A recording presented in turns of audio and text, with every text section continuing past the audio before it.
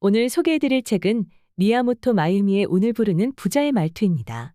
이 책을 통해 상대방에게 호감을 주고 돈도 끌어당기는 말투에 관해 알아보고자 합니다. 첫째, 일하는 게 제일 좋아요 라고 말해보세요. 우리는 일을 통해 돈을 법니다. 일하는 게 좋다고 말할수록 돈을 끌어당기게 됩니다. 똑같은 말을 해도 어떻게 말하느냐에 따라서 그 사람의 인상이 달라집니다.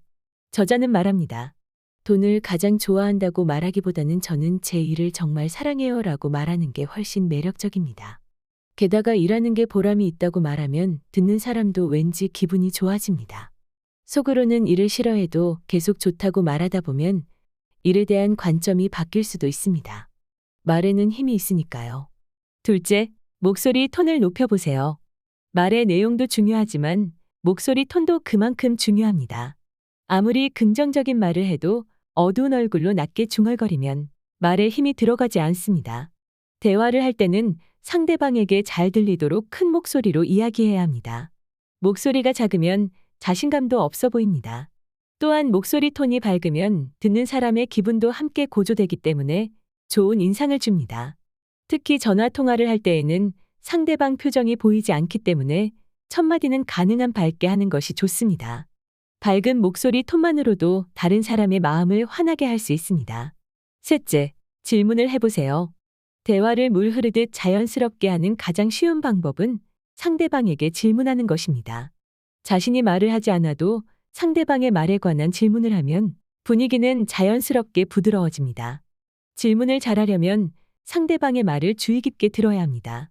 만약 누군가가 자신은 맛집을 찾아다니는 것이 취미라고 한다면 어떤 음식을 좋아하는지, 최근에 갔던 곳 중에서 가장 마음에 들었던 식당은 어디인지 물어볼 수 있습니다.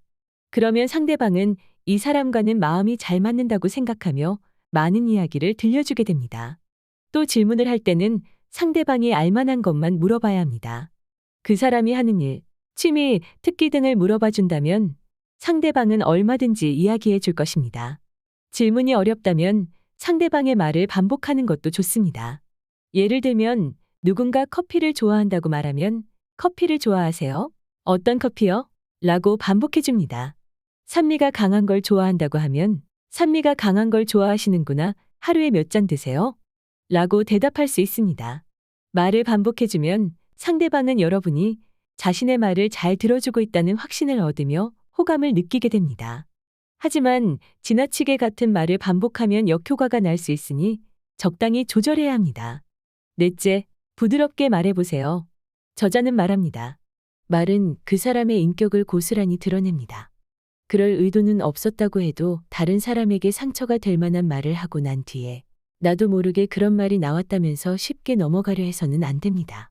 사실 상대에 대한 배려가 없기 때문에 그런 말이 나온 것이지요. 어떤 말을 하느냐에 따라서 인간관계가 잘 풀릴 수도 관계를 망칠 수도 있습니다. 그렇기 때문에 어떻게 말하느냐가 중요합니다. 감사합니다. 수고하십니다. 행복합니다.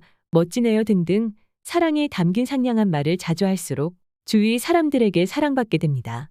말은 메아리와 같습니다. 여러분이 좋은 말을 하면 더 좋은 말이 메아리가 되어 돌아옵니다. 만약 여러분이 목에 녹음기를 달고 하루 동안 뱉은 말을 녹음한 후 들어본다면 분명 놀랄 겁니다.